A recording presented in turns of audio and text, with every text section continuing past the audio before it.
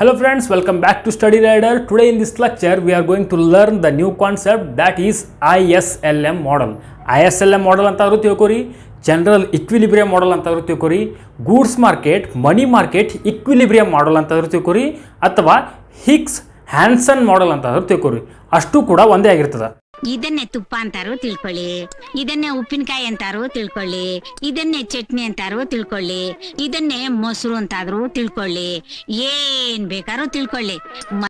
ಮೊದಲಾಗಿ ISLM model ಇದರದ್ದು ಬೇಸಿಕ್ಸ್ನ ತಿಳ್ಕೊಳ್ಳೋಣ, ಇಂಟ್ರೊಡಕ್ಷನ್ ತಿಳ್ಕೊಳ್ಳೋಣ. ಆಮೇಲೆ ಗೂಡ್ಸ್ ಮಾರ್ಕೆಟಿಂದ IS ಕರ್ವ್ನ ಹೆಂಗೆ ಡೆರಿವೇಷನ್ ಮಾಡ್ಕೊತೀವಿ, ಅದೇ ರೀತಿ ಮನಿ ಮಾರ್ಕೆಟಿಂದ LM ಕರ್ವ್ನ ಹೆಂಗೆ ಡೆರಿವೇಟ್ ಮಾಡ್ಕೊತೀವಿ, IS ಕರ್ವ್ ಮತ್ತು LM ಕರ್ವ್ ಎರಡು ಇಕ್ವಿಲಿಬ್ರಿಯಂ ಮಾಡೋದ್ರ ಮೂಲಕ ISLM ಮಾಡೆಲ್ನ ಹೆಂಗೆ ನಾವು ಇದನ್ನು ಮಾಡ್ಕೊತೀವಿ, ಅಧ್ಯಯನ ಮಾಡ್ತೀವಿ ಅನ್ನೋದನ್ನು ಈ ಒಂದು ಕ್ಲಾಸ್ನಲ್ಲಿ ನೀವು ಕಲಿತೀರಾ. ಮೊದಲಾಗಿ ಇಂಟ್ರೊಡಕ್ಷನ್ ನಾವು ನೋಡ್ಕೊಂಡ್ಬಿಡೋಣ. ಇಂಟ್ರೊಡಕ್ಷನ್ ಪಾರ್ಟ್ ಏನಪ್ಪ ಅಂದರೆ ISLM ಮಾಡೆಲನ್ನು ನಾವು ಕಲಿತಾ ಇದ್ದೀವಿ. ಇದನ್ನು ಫಸ್ಟ್ಗೆ JM ಕೇನ್ಸ್ ಅವರು ತಮ್ಮ ಬುಕ್ನಲ್ಲಿ ಕೊಡ್ತಾರೆ. 1936ರಲ್ಲಿ ಬಂದಂಥ ಒಂದು book, general theory of employment, interest and ಮನಿ. ಆನಂತರ ಇದನ್ನು ಪಾಪ್ಯುಲರೈಸ್ ಮಾಡಿದವರು ಯಾರಪ್ಪ ಅಂದ್ರೆ ಹಿಗ್ಸ್ ಅನ್ನುವಂಥ ವ್ಯಕ್ತಿ. ಹಿಗ್ಸ್ ಇದನ್ನು ಪಾಪ್ಯುಲರೈಸ್ ಮಾಡ್ತಾರೆ. ಇದನ್ನು ಮ್ಯಾಥಮೆಟಿಕಲಿ ಬಳಸ್ಕೊಂಡವ್ರು ಯಾರಪ್ಪ ಅಂತಂದರೆ ಹ್ಯಾನ್ಸನ್ ಅನ್ನುವಂಥ ವ್ಯಕ್ತಿ.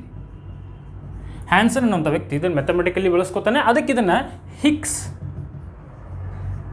ಹ್ಯಾನ್ಸನ್ ಮಾಡೆಲ್ ಅಂತಲೂ ಕರೀತಾರೆ. ಹಿಗ್ಸ್ ಹ್ಯಾನ್ಸನ್ ಮಾಡೆಲ್ ಅಂತಾನೂ ಕೂಡ ISLM ಮಾಡೆಲನ್ನು ಕರೀತಾರೆ.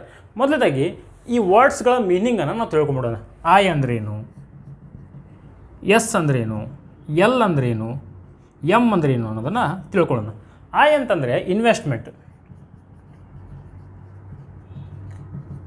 I ಅಂದರೆ ಇನ್ವೆಸ್ಟ್ಮೆಂಟ್. S ಅಂತಂದರೆ ಸೇವಿಂಗ್ಸ್.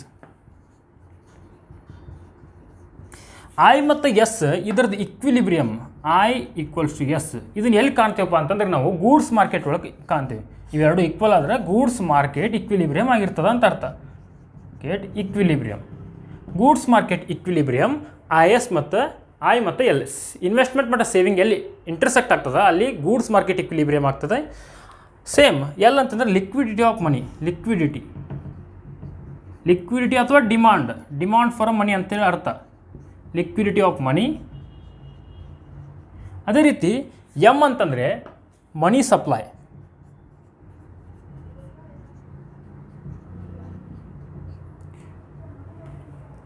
ಮನಿ ಡಿಮಾಂಡ್, ಮನಿ ಸಪ್ಲೈ ಎಲ್ಲಿ ಈಕ್ವಲ್ ಆಗ್ತಾವೆ ನೋಡು, ಮನಿ ಡಿಮಾಂಡ್, ಮನಿ ಸಪ್ಲೈ, ಅದು ಮನಿ ಮಾರ್ಕೆಟ್ ಇಕ್ವಿಲಿಬ್ರಿಯಮ್ ಆಗಿರ್ತದೆ. ಮನಿ ಮಾರ್ಕೆಟ್ ಇಕ್ವಿಲಿಬ್ರಿಯಮ್. ಈಗ ನಾವು ಅಧ್ಯಯನ ಮಾಡ್ತಿರೋದೇನು ISLM ಮಾಡೆಲ್ ಅಂತಂದ್ರೆ ಏನಪ್ಪ, ಗೂಡ್ಸ್ ಮಾರ್ಕೆಟ್ ಇಕ್ವಿಲಿಬ್ರಿಯಮ್ ಮತ್ತು ಮನಿ ಮಾರ್ಕೆಟ್ ಇಕ್ವಿಲಿಬ್ರಿಯಮ್ ಇದನ್ನು ಅಧ್ಯಯನ ಮಾಡ್ತೇವೆ. ಗೂಡ್ಸ್ ಮಾರ್ಕೆಟ್ ಇಕ್ವಿಲಿಬ್ರಿಯಮ್ ಮಾಡಿಕೊಂಡು IS ಕರ್ವ್ನ ಡೆರಿವೇಷನ್ ಮಾಡ್ಕೊತೀವಿ. ಅದೇ ರೀತಿ ಮನಿ ಮಾರ್ಕೆಟ್ ಇಕ್ವಿಲಿಬ್ರಿಯಮ್ ಮಾಡಿಕೊಂಡು LM ಕರ್ವ್ನ ನಾವು ಡೆರಿವೇಷನ್ ಮಾಡ್ಕೊತೀವಿ. ಈಗ ನಾವು ಮೊದಲೇದಾಗಿ IS ಕರ್ವ್ ಅದನ್ನು ಯಾವ ರೀತಿ ತೊಗೊಳ್ಳೋದು ಅನ್ನೋದನ್ನು ನೋಡೋಣ. IS ಇದರೊಳಗೆ ಇನ್ವೆಸ್ಟ್ಮೆಂಟ್ ಅಂತ ಹೇಳಿದೆ, ಇನ್ವೆಸ್ಟ್ಮೆಂಟ್. ಅದೇ ರೀತಿ ಸೇವಿಂಗ್ಸ್, ಇವೆರಡು ಬರ್ತಾವೆ ಇಲ್ಲಿ. ಇದು ಇನ್ವೆಸ್ಟ್ಮೆಂಟ್ ಏನೈತಲ್ಲ, ಇದು function of rate of interest. ಅಂದರೆ ಹೆಂಗೆ ನಮ್ಮ ರೇಟ್ ಆಫ್ ಇಂಟ್ರೆಸ್ಟ್ ಇನ್ಕ್ರೀಸ್ ಆಗ್ತದಲ್ಲ ಹಾಗೆ ಇನ್ವೆಸ್ಟ್ಮೆಂಟ್ ಕಡಿಮೆ ಆಗ್ತದೆ. ಹೆಂಗೆ ನಮ್ಮ ರೇಟ್ ಆಫ್ ಇಂಟ್ರೆಸ್ಟ್ ಕಡಿಮೆ ಆಗ್ತದಲ್ಲ ಹಾಗೆ ಇನ್ವೆಸ್ಟ್ಮೆಂಟ್ ಇನ್ಕ್ರೀಸ್ ಆಗ್ತದೆ. ಅದೇ ರೀತಿ ಸೇವಿಂಗ್ಸ್ ಇದು saving is a function of income. ಹೆಂಗೆ ನಮ್ಮ ಇನ್ಕಮ್ ಜಾಸ್ತಿ ಆಗ್ತದೋ ಹಾಗೆ ಸೇವಿಂಗ್ ಕೂಡ ಜಾಸ್ತಿ ಆಗ್ತದೆ. ಹೆಂಗೆ ನಮ್ಮ ಇನ್ಕಮ್ ಕಡಿಮೆ ಆಗ್ತದೋ ಸೇವಿಂಗ್ ಕೂಡ ಕಡಿಮೆ ಆಗ್ತದೆ. ನನ್ನ ಕಡೆ ಜಾಸ್ತಿ ಅಮೌಂಟ್, ನಾನು ಜಾಸ್ತಿ ಸ್ಯಾಲ್ರಿ ನನಗೆ ಬರ್ತಾಯಿತ್ತು, ಇನ್ಕಮ್ ನಂಗೆ ಬರ್ತಾಯಿತ್ತು ಅಂದ್ರೆ ನನಗೆ ಸೇವಿಂಗ್ ಪ್ರಮಾಣ ಜಾಸ್ತಿ ಆಕೈತಿ. ನನಗೆ ಕಡಿಮೆ ಇನ್ಕಮ್ ಬರಾಕತ್ತೈತೆ ಅಂದ್ರೆ ನನ್ನ ಸೇವಿಂಗ್ ಪ್ರಮಾಣ ಕಡಿಮೆ ಆಗ್ತೈತೆ. ಅದು ರೇಟ್ ಆಫ್ ಇಂಟ್ರೆಸ್ಟ್ ಜಾಸ್ತಿ ಇತ್ತಂದ್ರೆ ಬ್ಯಾಂಕ್ನಾಗ ನಾನು ಅಲ್ಲಿ ಅಮೌಂಟನ್ನ ಕಡಿಮೆ ತೊಗೊತೇನೆ. ಕಡಿಮೆ ತೊಗೊಂಡ್ರು ಕಡಿಮೆ ಇನ್ವೆಸ್ಟ್ಮೆಂಟ್ ಮಾಡ್ತೀನಿ. ರೇಟ್ ಆಫ್ ಇಂಟ್ರೆಸ್ಟ್ ಜಾಸ್ತಿ ಇದ್ದರೆ ಕಡಿಮೆ ಇನ್ವೆಸ್ಟ್ಮೆಂಟ್, ರೇಟ್ ಆಫ್ ಇಂಟ್ರೆಸ್ಟ್ ಕಡಿಮೆ ಇದ್ದರೆ ಜಾಸ್ತಿ ಇನ್ವೆಸ್ಟ್ಮೆಂಟ್. ಅರ್ಥ ಮಾಡಿಕೊಡ್ರಿ ನೀವು.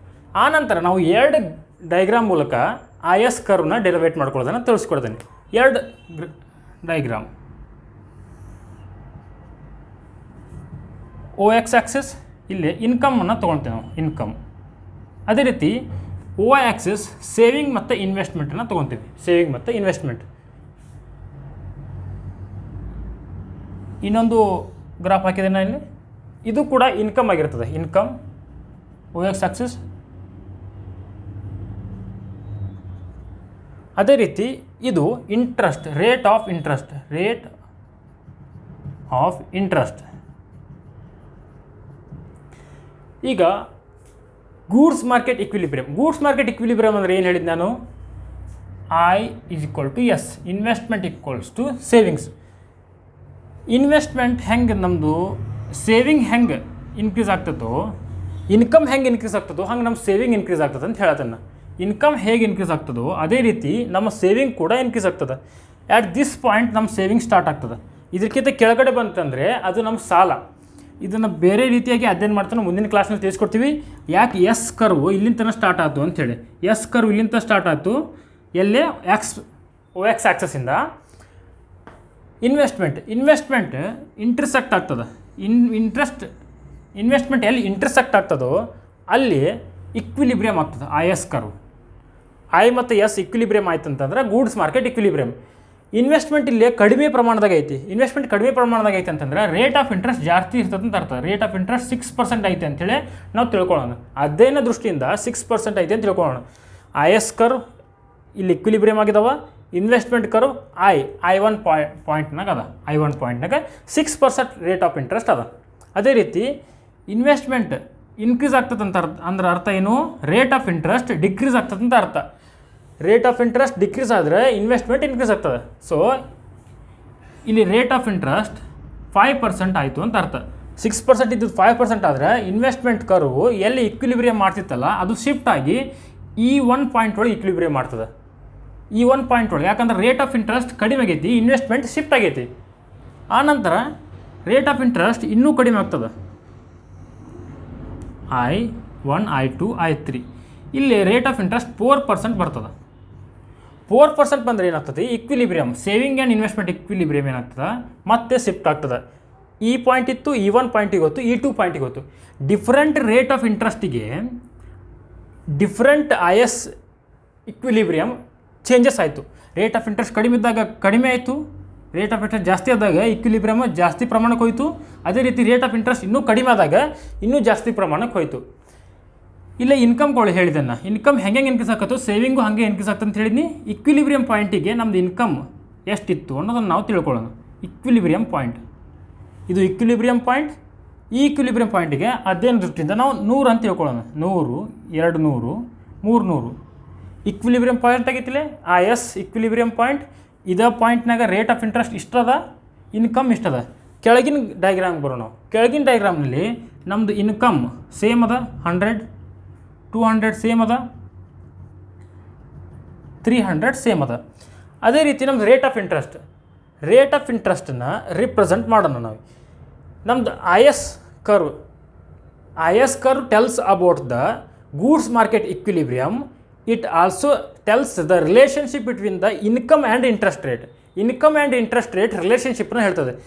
ಈಗ 6% ಇಂಟ್ರೆಸ್ಟ್ ರೇಟ್ ಅಂತ ತಿಳ್ಕೊಂಡ ಇವನು. ಇಂಟ್ರೆಸ್ಟ್ ರೇಟ್ ಇಲ್ಲಿ 4% ಇತ್ತು, ಅದು ಇಂಟ್ರೆಸ್ಟ್ ರೇಟ್ 5% ಆಯಿತು, 6% ಆಯಿತು. ರೇಟ್ ಆಫ್ ಇಂಟ್ರೆಸ್ಟ್ 4 ಇದ್ದಿದ್ದು 5, 5 ಇದು 6 ಆಯಿತು. ಆಟ್ 6% ರೇಟ್ ಆಫ್ ಇಂಟ್ರೆಸ್ಟ್ ನಮ್ಮದು ಇಕ್ವಿಲಿಬ್ರಿಯಮ್ ಎಲ್ಲಾಗೈತಪ್ಪ ಅಂತಂದ್ರೆ ಈ ಪಾಯಿಂಟ್ನಾಗ ಆಗಿದೆ. ಈ ಪಾಯಿಂಟ್ನಾಗೆ ಎ ಪಾಯಿಂಟ್ನಾಗ ಇಕ್ವಿಲಿಬ್ರಿಯಮ್ ಆಗೈತಿ.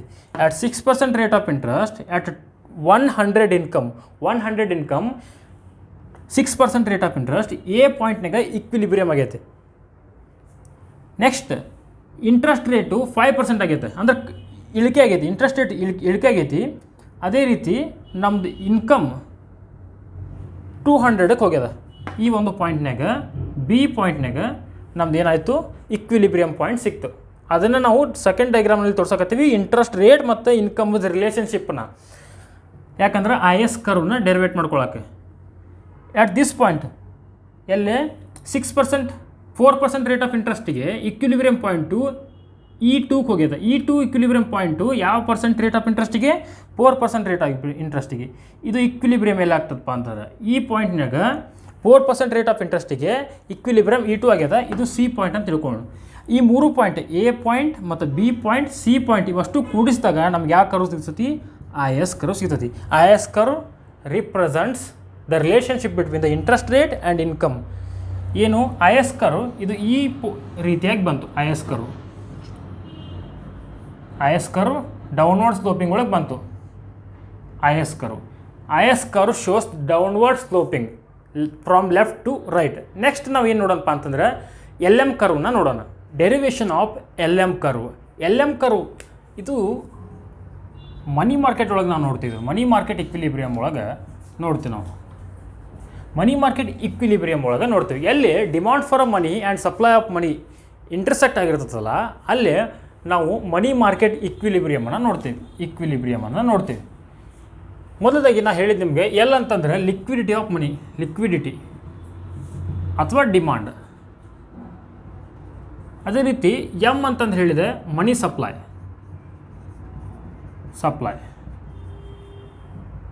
ಏನು ಹೇಳ್ತಾರಪ್ಪ ಎಕನಾಮಿಕ್ಸ್ ಅಂದರೆ ಶಾರ್ಟ್ ರನ್ ಒಳಗೆ ಮನಿ ಸಪ್ಲೈ ಕಾನ್ಸ್ಟೆಂಟ್ ಇರ್ತದೆ ಅಂತ ಹೇಳ್ತಾರೆ. ಕಾನ್ಸ್ಟೆಂಟ್ ಯಾಕೆ ಇರ್ತದಪ್ಪ ಮನಿ ಸಪ್ಲೈ ಶಾರ್ಟ್ ರನ್ ಒಳಗೆ? ನೋಡಿರಿ, ಮನಿ ಸಪ್ಲೈ ಯಾರು ಅಂಡರ್ಟೇಕಿಂಗ್ ಒಳಗೆ ಇರ್ತಂದ್ರೆ ಯಾವುದೇ ಒಂದು ರಾಷ್ಟ್ರದ ಕೇಂದ್ರ ಬ್ಯಾಂಕ್ದ ಅಂಡರ್ಟೇಕಿಂಗ್ ಒಳಗೆ ಇರ್ತೈತಿ. ಅದು ಜಾಸ್ತಿ ಹಣವನ್ನು ಚಲಾವಣೆ ಮಾಡಿದರೆ ಅಥವಾ ಇಂಟ್ರೆಸ್ಟ್ ರೇಟನ್ನು ಕಡಿಮೆ ಮಾಡಿದರೆ ಆವಾಗ ಮಾತ್ರ ಎಕಾನಮಿ ಒಳಗೆ ಮನಿ ಸಪ್ಲೈ, ಮನೆಯ ಚಲಾವಣೆ, ಮನಿ ಪೂರೈಕೆ ಏನಾಕತಿ ಇನ್ಕ್ರೀಸ್ ಆಕೈತಿ. ಶಾರ್ಟ್ ರನ್ ಒಳಗೆ ಇದು ಸಾಧ್ಯ ಆಗಂಗಿಲ್ಲ. ಅದಕ್ಕೆ ಇದನ್ನು ಕಾನ್ಸ್ಟೆಂಟ್ ಆಗಿ ತಿಳ್ಕೊಳ್ಳೋಣ ಅಂತ ಹೇಳ್ತಾರೆ. ಏನು ಮನಿ ಸಪ್ಲೈ ಶಾರ್ಟ್ ರನ್ ಥಿಯರಿನ ಇದು. ಆದ್ದರಿಂದ ಮನಿ ಸಪ್ಲೈ ಕಾನ್ಸ್ಟೆಂಟ್ ಐತಿ. ಲಿಕ್ವಿಡಿಟಿ ಆಫ್ ಮನಿನ ಎರಡು ರೀತಿಯಾಗಿ ವಿಂಗಡಿಸ್ತಾರೆ.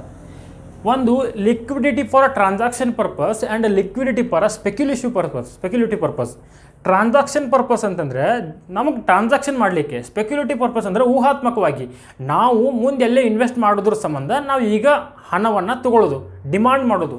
ಮುಂದೆ ಯಾವುದೋ ಒಂದು ದಿನ ನಾವು ಇನ್ವೆಸ್ಟ್ ಮಾಡಬೇಕು ಅಥವಾ ಯಾವುದೋ ಒಂದು ವಸ್ತುವಿನ ಮೇಲೆ ನಾವು ಅದನ್ನು ಹಾಕಬೇಕಪ್ಪ ಅಮೌಂಟ್ ಅಂತಂದರೆ ಈಗಿರ್ತಾನೆ ನಾವು ಏನು ಮಾಡೋದು, ಅದನ್ನು ಡಿಮಾಂಡ್ ಮಾಡೋದು. ಮೊದಲಾಗಿ ಇದೈತಲ್ಲ, ಎರಡು ಪಾರ್ಟ್ ಅಂತಿದೆ. ಲಿಕ್ವಿಡಿಟಿ ಫಾರ್ ಟ್ರಾನ್ಸಾಕ್ಷನ್ ಪರ್ಪಸ್, ಇದು ಫಂಕ್ಷನ್ ಆಫ್ ಇನ್ಕಮ್. ಹೆಂಗೆ ನಮ್ಮ ಇನ್ಕಮ್ ಇನ್ಕ್ರೀಸ್ ಆಗ್ತದಲ್ಲ ಅದೇ ರೀತಿ ನಮ್ಮದು ಲಿಕ್ವಿಡಿಟಿ ಟ್ರಾನ್ಸಾಕ್ಷನ್ ಪರ್ಪಸ್ಸಿಗೆ ಮನಿ ಡಿಮಾಂಡ್ ಏನಾಕೈತಿ ಇನ್ಕ್ರೀಸ್ ಆಗ್ತದೆ. ಮನಿ ಡಿಮಾಂಡ್ ಡೈರೆಕ್ಟ್ ರಿಲೇಷನ್ಶಿಪ್ ಹೊಂದಿರ್ತೈತಿ ಇದು. ಅದೇ ರೀತಿ ಹೆಂಗೆ ನಮ್ಮದು ಇನ್ಕಮ್ ಕಡಿಮೆ ಆಗ್ತದೋ ಹಂಗೆ ಟ್ರಾನ್ಸಾಕ್ಷನ್ ಪರ್ಪಸಸ್ಸಿಗೆ ನಮ್ಮದು ಮನಿ ಡಿಮಾಂಡ್ ಕೂಡ ಕಡಿಮೆ ಆಕೈತಿ. ಹೆಂಗೆ ಇನ್ಕಮ್ ಇನ್ಕ್ರೀಸ್ ಆಕೈತಿ ಮನಿ ಡಿಮಾಂಡ್ ಇನ್ಕ್ರೀಸ್ ಆಕೈತಿ, ಹೆಂಗೆ ಇನ್ಕಮ್ ಡಿಕ್ರೀಸ್ ಆಕೈತಿ ಮನಿ ಡಿಮಾಂಡ್ ಡಿಕ್ರೀಸ್ ಆಗ್ತೈತಿ.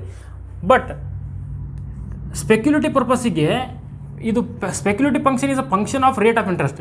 ಸ್ಪೆಕ್ಯುಲೇಟಿವ್ ಪರ್ಪಸ್ ಏನೈತಲ್ಲ ಮನಿ ಡಿಮಾಂಡ್, ಇದು ರೇಟ್ ಆಫ್ ಇಂಟ್ರೆಸ್ಟ್ ಮೇಲೆ ಡಿಪೆಂಡ್ ಆಗಿರ್ತೈತೆ. ರೇಟ್ ಆಫ್ ಇಂಟ್ರೆಸ್ಟ್ ಜಾಸ್ತಿ ಇತ್ತಂದ್ರೆ ಸ್ಪೆಕ್ಯುಲೇಟಿವ್ ಡಿಮಾಂಡ್ ಫಾರ್ ಮನಿ ಕಡಿಮೆ ಇರ್ತೈತಿ. ಅದೇ ರೇಟ್ ಆಫ್ ಇಂಟ್ರೆಸ್ಟ್ ಕಡಿಮೆ ಇತ್ತಂದ್ರೆ ಸ್ಪೆಕ್ಯುಲೇಟಿವ್ ಡಿಮಾಂಡ್ ಫಾರ್ ಮನಿ ಜಾಸ್ತಿ ಇರ್ತೈತಿ. ಬ್ಯಾಂಕ್ ಒಳಗೆ ರೇಟ್ ಆಫ್ ಇಂಟ್ರೆಸ್ಟ್ ಜಾಸ್ತಿ ಇತ್ತಂದ್ರೆ ನಾವು ಬ್ಯಾಂಕಿಂದ ಹೋಗಿ ಜಾಸ್ತಿ ಹಣ ತೊಗೊಂಡು ಬರೋದಿಲ್ಲ.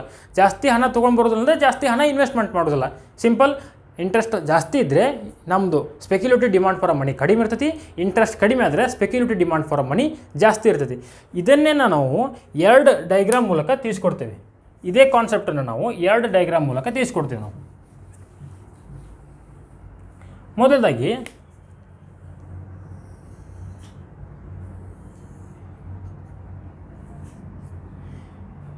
ಇಲ್ಲಿ ರೇಟ್ ಆಫ್ ಇಂಟ್ರೆಸ್ಟ್ ತೊಗೊಳ್ಳೋಣ. ಇಂಟ್ರೆಸ್ಟ್ ಈ ಒಂದು ಭಾಗದಾಗ demand for money and supply of ಮನಿ ತೊಗೊಳ್ಳೋಣ. OX Axis demand for money and supply of money. Next ಈ ಒಂದು ಗ್ರಾಫ್ ಒಳಗೆ ಇಲ್ಲೇ ಇನ್ಕಮ್ ತೊಗೊಳ್ಳೋಣ. ಇನ್ಕಮ್ LM ಏನು ಹೇಳ್ತದಪ್ಪ, LM ಮನಿ ಮಾರ್ಕೆಟ್ ಇಕ್ವಿಲಿಬ್ರಿಯಮ್ ಬಗ್ಗೆ ಹೇಳ್ತೈತಿ. And also it shows the relationship between interest rate and income ಬಗ್ಗೆ ಹೇಳ್ತದೆ. ಇಂಟ್ರೆಸ್ಟ್ ರೇಟ್ ಮತ್ತು ಇನ್ಕಮ್ ಇದ್ರದ್ದು ರಿಲೇಷನ್ಶಿಪ್ಪನ್ನು ಕೂಡ ಯಾವ್ದು ಹೇಳ್ತೈತಿ, ಮನಿ ಮಾರ್ಕೆಟ್ ಇಕ್ವಿಲಿಬ್ರಿಯಮ್ ಹೇಳ್ತೈತಿ. ಮನಿ ಮಾರ್ಕೆಟ್ ಇಕ್ವಿಲಿಬ್ರಿಯಮ್ ಹೆಂಗೆ ಸಾಧ್ಯ, demand for money and supply of money intersect ಆದಾಗ ಮನಿ ಮಾರ್ಕೆಟ್ ಇಕ್ವಿಲಿಬ್ರಿಯಮ್ ಆಗ್ತದೆ.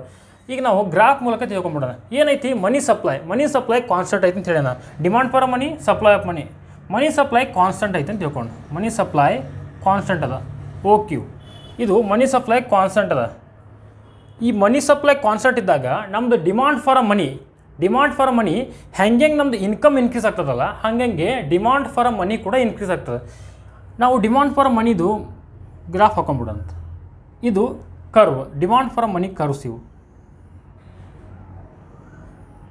ಸಿಂಪಲ್, ನೀವು ಅಧ್ಯಯನ ಮಾಡುವಾಗ ಇದೇ ರೀತಿ ಕರ್ವ್ಗಳನ್ನು ಡ್ರಾ ಮಾಡ್ಕೊರಿ. L1, L2, L3. ಇದೇನು ಶೋ ಮಾಡ್ತದಪ್ಪ ಅಂತಂದ್ರೆ ವೇರಿಯಸ್ ಇನ್ಕಮ್ ಇನ್ಕ್ರೀಸ್ಗೆ ಇದು ಇನ್ಕಮ್ ಅಂತ ನಾನು ಹೇಳಿ ನಿಮಗೆ. ಇನ್ಕಮ್ ಇಲ್ಲಿ ರೇಟ್ ಆಫ್ ಇಂಟ್ರೆಸ್ಟ್,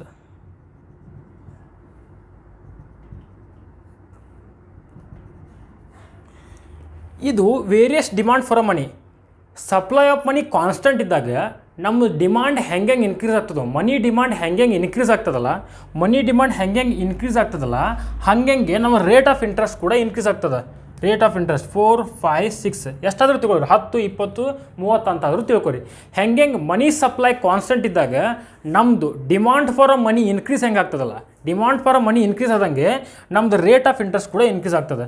ಈಗ ಈ ರೇಟ್ ಆಫ್ ಇಂಟ್ರೆಸ್ಟ್ ಜಾಸ್ತಿ ಅದ, 100 ಅದ, 200 ಆಗ್ತದೆ, 300. ಇದನ್ನು ಕ್ರೋರ್ ಒಳಗಾರ ತಗೋರಿ ಅಥವಾ 100, 200, 300 ಅಂತ ತಗೋರಿ. ಅದೇನೋ ದೃಷ್ಟಿಯಿಂದ ಹೆಂಗೆ ನಮ್ಮದು ಇನ್ಕಮ್ ಇನ್ಕ್ರೀಸ್ ಆಗೈತಲ್ಲ 100, 200, 300, ಅದೇ ರೀತಿ ನಮ್ಮದು ಡಿಮಾಂಡ್ ಫಾರ್ ಅ ಮನಿ ಕೂಡ ಇನ್ಕ್ರೀಸ್ ಆಗೈತಿ. ಇದು ಡಿಮಾಂಡ್ ಕರ್ವ್ಸ್ ಅಂತ ತಿಳ್ಕೊರಿ. ಲಿಕ್ವಿಡಿಟಿ, ಟ್ರಾನ್ಸಾಕ್ಷನ್ ಇದನ್ನು ತಿಳಿಸ್ಕೊಟ್ಟೆ. ಲಿಕ್ವಿಡಿಟಿ ಮತ್ತು ಸ್ಪೆಕ್ಯುಲೇಟಿವ್ ಎರಡೂ ಕೂಡ ಇದರೊಳಗೆ ಇಂಟರ್ಸೆಕ್ಟ್ ಆಗವು ಡಿಮಾಂಡ್ ಫಾರ್ ಅ ಮನಿ ಒಳಗೆ. ಹೆಂಗೆ ಇನ್ಕಮ್ ಇನ್ಕ್ರೀಸ್ ಆಕೈತಿ ಹಂಗೆ ಡಿಮಾಂಡ್ ಫಾರ್ ಅ ಮನಿನೂ ಇನ್ಕ್ರೀಸ್ ಆಯಿತು, ಹಾಗೆ ರೇಟ್ ಆಫ್ ಇಂಟ್ರೆಸ್ಟ್ ಕೂಡ ಇನ್ಕ್ರೀಸ್ ಆಯಿತು. ರೇಟ್ ಆಫ್ ಇಂಟ್ರೆಸ್ಟ್ ಯಾಕೆ ಇನ್ಕ್ರೀಸ್ ಆಯ್ತು ಅಂದ್ರೆ ಸಪ್ಲೈ ಆಫ್ ಮನಿ ಕಾನ್ಸ್ಟೆಂಟ್ ಅದ. ಇದನ್ನೇ ನಾವು ಮುಂದುವರಿಸ್ಕೊಂಡು